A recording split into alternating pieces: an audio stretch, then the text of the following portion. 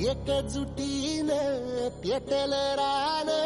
तुफान आलया काळ्या भुईच्या भेटीला हे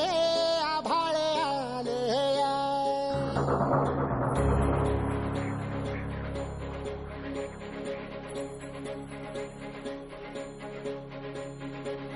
एकजुटीने पेटल रान